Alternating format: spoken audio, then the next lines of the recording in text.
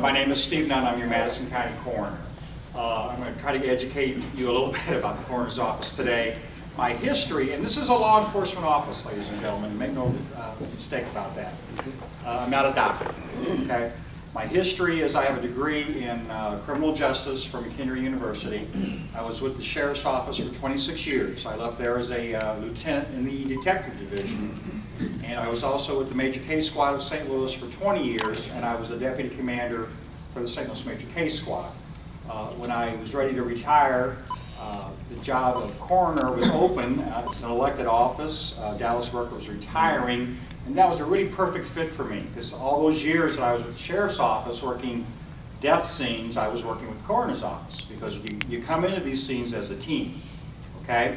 We all have our different jobs to do. So it was just a real natural transition for me, and I already knew all the investigators.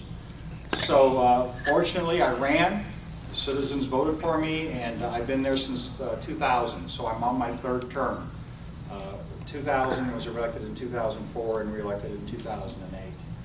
Our office is law enforcement. We have full arrest powers. Our guys carry weapons. The only difference between us and other law enforcement people is we don't go out and enforce other laws. Okay? We're not making traffic stops. We're not doing DUI roadblocks. We're not investigating burglaries. Our job is to determine the cause and manner of someone's death. Someone who dies before their time. Okay? And we don't do all deaths. Deaths before somebody's supposed to die. Suspicious deaths. So the case of a 22-year-old that may be out in his front yard cutting the grass and all of a sudden falls over dead and has no medical history, my office is going to be involved in that case. Because we want to make sure that there's probably been an undiagnosed heart condition there since he was born, and it raised its ugly head that day. But we also want to make sure that his lovely wife didn't sprinkle his cornflakes with arsenic that morning, because that is our job. We don't want people getting away with murder. And my investigators know what they're doing, and they know what to look for. When we enter a crime, enter a scene, whether it's a traffic crash, a job-related injury or death, a suicide, or a homicide, we go in as a team with other law enforcement officials. We take photographs, we collect evidence. Anything attached to the body belongs to the coroner. So if there's a knife sticking out of that body, that's my evidence. I collect that evidence, and then we'll turn it over to the police officers later. It's my job to determine the cause of that person's death. We can do it two ways. Either by autopsy, that's where the doctors come in. And I have 4 doctors who work for me. Or the cause of death is so obvious I don't need to spend your tax dollars for a $2,000 autopsy to tell me how that person died. Okay?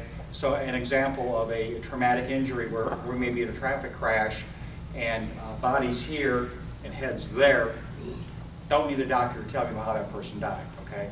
Severe blunt trauma to the head caused that man's death or that woman's death.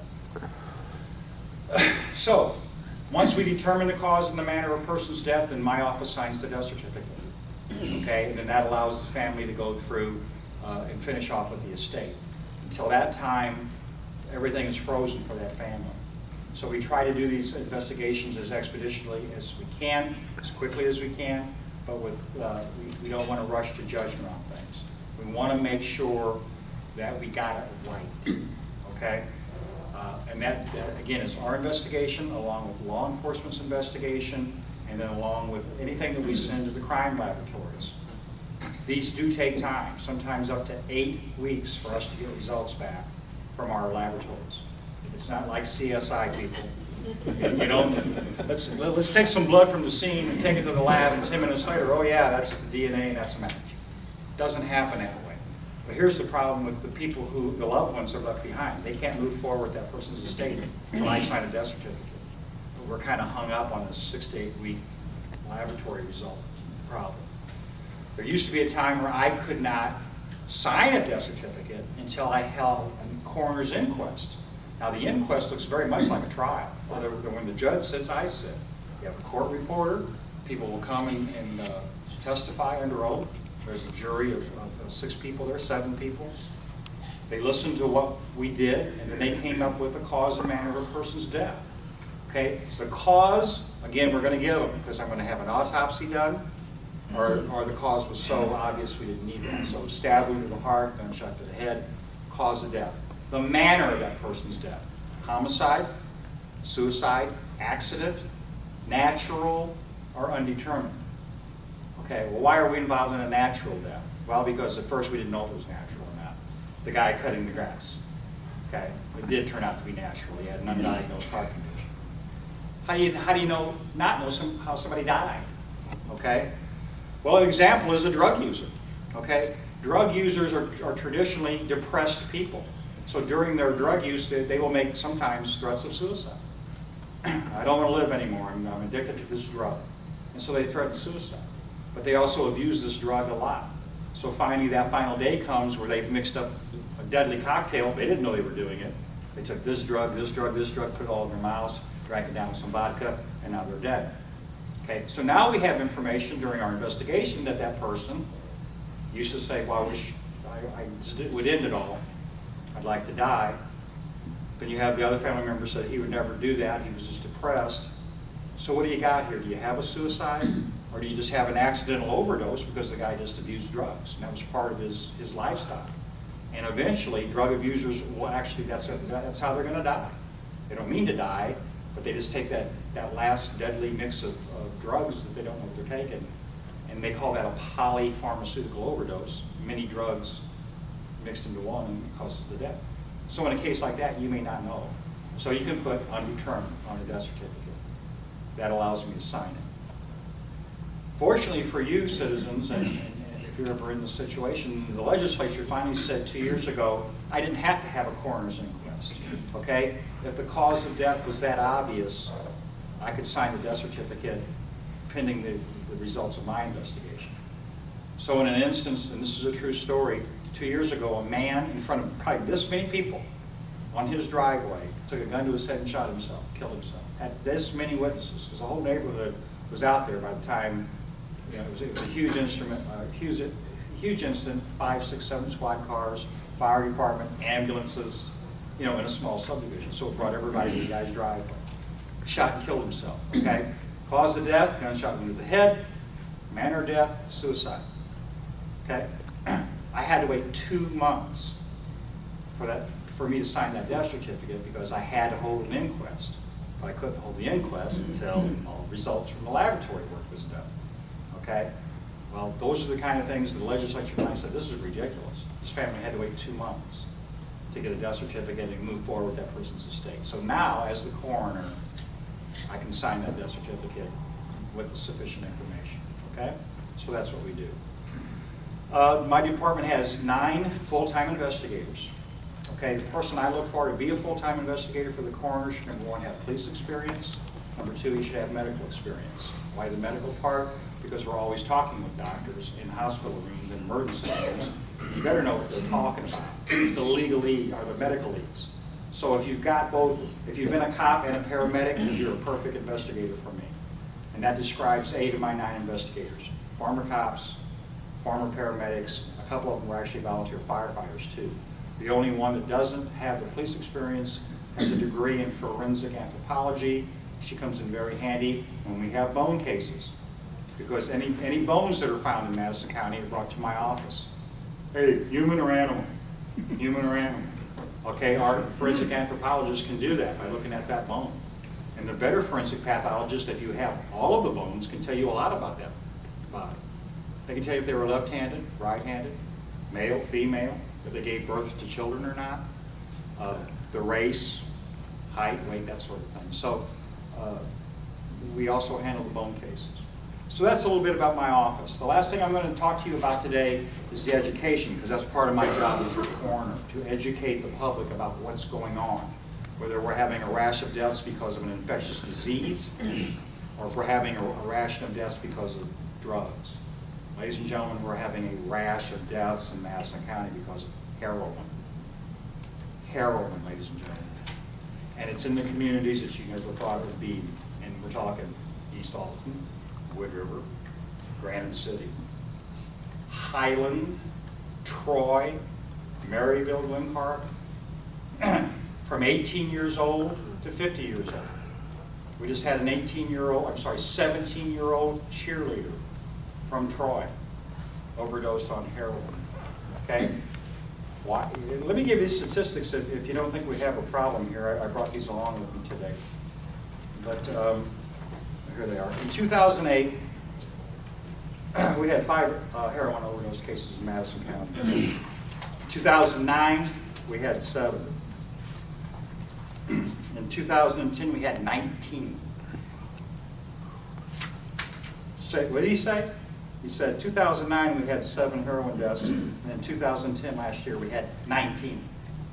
Right now, today, as I speak to you, we've had 11, and we're only in the 5th month of the year. 11 heroin deaths. Why is the heroin popular now? Number one, it's cheap. $3 for what they call a button. $3 will get you your high. You can go right across the McKinley Bridge. There's an Amoco gas station there, and buy as much heroin as you want for $3.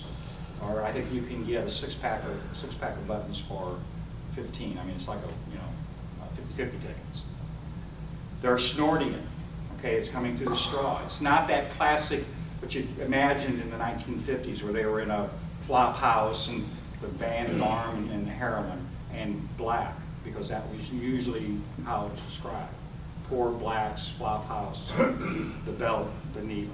That's not the image anymore, ladies and gentlemen. This is a upper white middle class party, teenage party, where they're passing around straws and they're doing heroin. Okay? So we do have a problem here. We're educating you as parents to know that.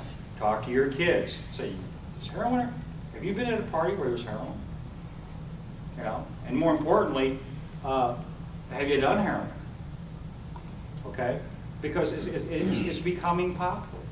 And the insidious thing about this drug, people, you take it once, you're almost immediately addicted to it. You've got to have it again. Now here's the other problem. They start off with the straws, but eventually the snorting of the heroin isn't enough for them. Then they will eventually go to the needles. And then the needles will cause the overdoses. And in the case of the 17-year-old cheerleader in Troy, that was a needle. But she started with the straws. There's no getting around it. You will eventually go to the needle, because you need more to get the high. The second thing we're experiencing now are the bath salts. Have you seen those? Okay, we've already had 3 deaths in Madison County with the bath salts.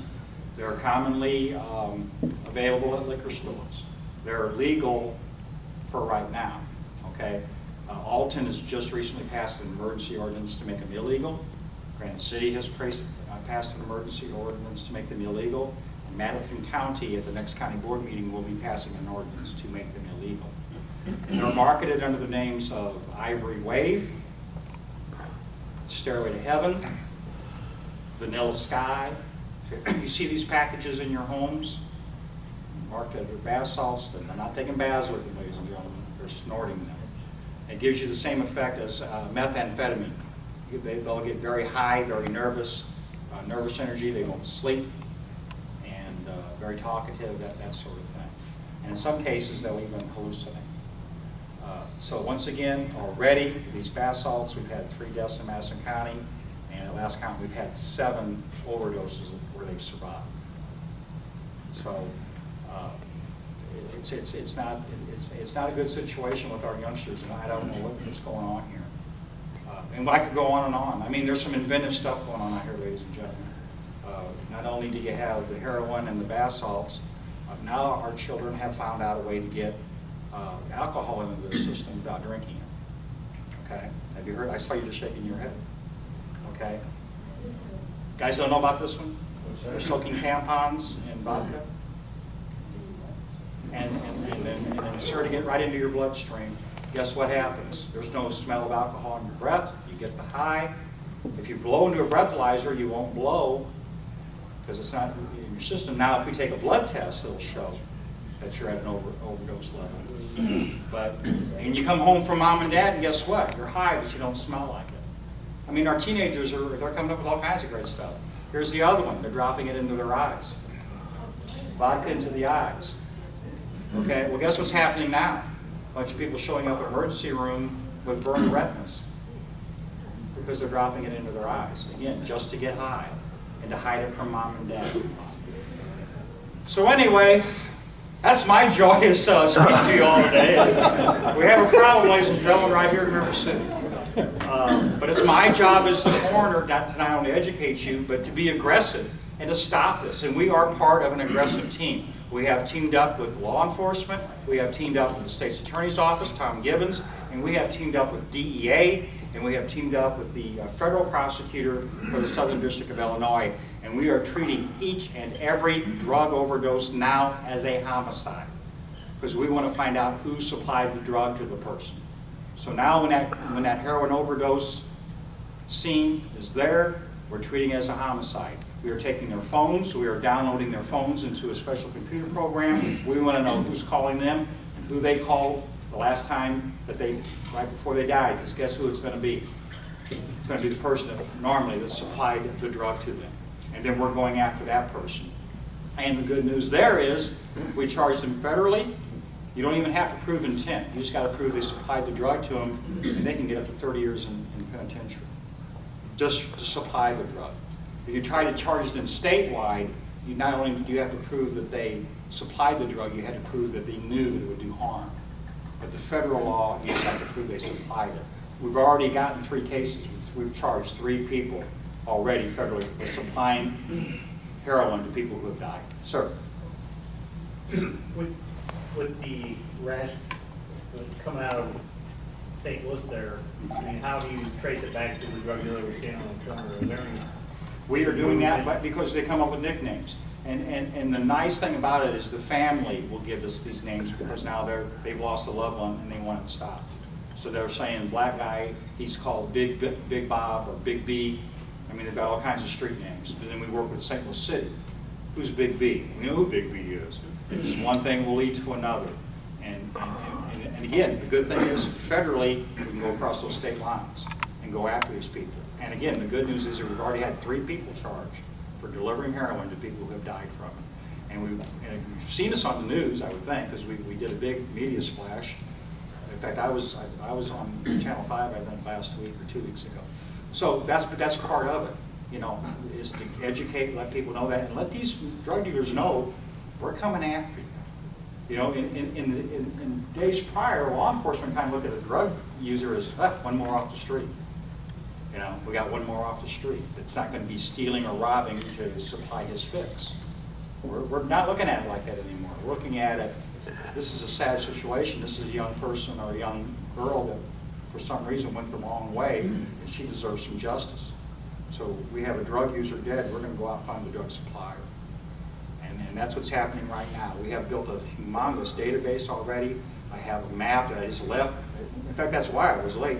Because we're looking at a map, we're mapping this out. And I looked at a map of Madison County right before I left here, and my eyes just wide open. Because not only are we mapping the deaths, we're now mapping the overdoses that they survived.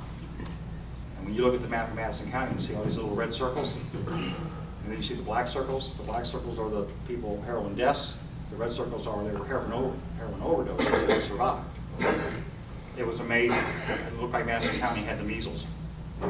Yes, sir. Are those bath salts the same thing as Epsom salt? No. These have pharmaceutical capabilities to get you high. They're being masked as bath salts so they can get them to you. A lot of the ingredients are the same things as these truck drivers give at the truck stops. That wake me up, the take 5, the speed. You know, it's basically the same thing in a powder form that you can snort. I mean, that's basically what it is. These are drugs, but they're trying to mask them as a bath product. But trust me, they are drugs, and they will do damage to you, and you will die from them, or your children will die from them. It is not. They're dangerous. Yes, sir. Is there any movement toward like punishment of the person that's with the user at the time of the overdose? If they were part of the supplying, yes. But if they were just there, no. But we're going to put them in the database. We're going to see how many times their name pops up at other overdoses and other deaths. We're taking the names of everybody in that house and entering in the database. So when I go to that pin map I just talked to you about, and I hit one of those red dots, the box opens up and it says who the victim is, how they died, the address, who was in that house at the time he died. So now we can cross-reference. Wait a minute, Joe Jones was at this death, Joe Jones was at that death, Joe Jones was... We can start getting a pattern that we're going after. Is that considered public information? Or? That won't be, because that's an investigative tool that we're using. all the law enforcement agencies have access to this map. If Otis Stewart from Wood River wants to find out how many deaths in Wood River, he can access that map online and look at all his Wood River deaths and overdoses. So we're just now building, and guess what? Like I said, it looks like Madison County's got the measles. We only started this map in like 6 weeks ago. Because we said we got to track more than just the deaths. We have to actually track the overdoses where they survive. Because guess what? Eventually, the person that survived will die. In fact, a person we were getting ready to charge for delivering heroin that caused a person's death died himself yesterday of a heroin overdose. So he's not going to get charged, obviously. Okay? But that's why we started tracking the ones that survived, because guess what? They eventually are going to die.